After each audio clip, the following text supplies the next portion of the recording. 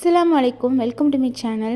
பெட்டிக்கடையில் கிடைக்கக்கூடிய ஒரு ரூபா பொட்டுக்கடலை பர்ஃபி எப்படி வீட்டிலேயே பண்ணுறதுன்னு இப்போ நம்ம பார்க்க போகிறோம். ரொம்ப ஈஸியாக செய்யக்கூடிய ஒரு ரெசிபி தான். எல்லாருமே ட்ரை பண்ணி பாருங்கள். அதுக்கு நம்ம ஃபஸ்ட்டு ஒரு கப் பொட்டுக்கடலையை எடுத்துக்கலாம். அதை இந்த பொட்டுக்கடலையை மிக்ஸி ஜாரில் போட்டு நல்லா ஃபைன் பவுடராக அரைச்சிக்கலாம். அதுக்கப்புறமா அதே கப்பில் ஒரு கப் சர்க்கரை எடுத்து அது கூட ஆட் பண்ணி கூடவே 3 ஏலக்காய் சேர்த்து இதையும் ஃபைன் பவுடராக அரைச்சி எடுத்துக்கலாம். நெக்ஸ்ட்டு எந்த கப்பில் சுகரும் பொட்டுக்கடலையும் எடுத்தோமோ அதே கப்பில் 3/4 கப் அளவுக்கு நெய் சேர்த்துக்கலாம். ஒரு பேனில் நெய் நல்லா சூடானதும் நம்ம மிக்ஸி ஜாரில் அரைச்சி வச்சுருக்கோம் அந்த பவுட்ரு, சுகரும் பொட்டுக்கடலை ஏலக்காய் சேர்த்துன பவுட்ரை இது கூட ஆட் பண்ணிவிட்டு நல்லா கிளறி விட்டுட்டே இருக்கலாம்.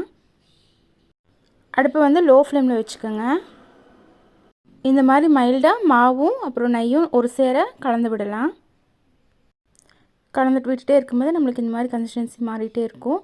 கொஞ்சம் கெட்டியாகும். அதுக்கப்புறம் இந்த சர்க்கரையெல்லாம் உருக்கி கொஞ்சம் தண்ணி மாதிரி ஆகும். அடுப்பை நல்லா சிம்மில் வச்சுட்டு செய்யுங்க. ஃபைனலாக நம்மளுக்கு இந்த மாதிரி கிடைக்கும். நெய் அப்புறம் அந்த மாவு ரெண்டும் நல்லா கலந்ததுக்கப்புறம் இந்த மாதிரி இருக்கும். இந்த மாதிரி ஸ்டேஜில் நம்ம ஒரு பிளேட்டில் வந்து நெய் அல்லது எண்ணெயை வந்து அப்ளை பண்ணிவிட்டு இதை அப்படியே அதில் சேர்த்துடலாம்.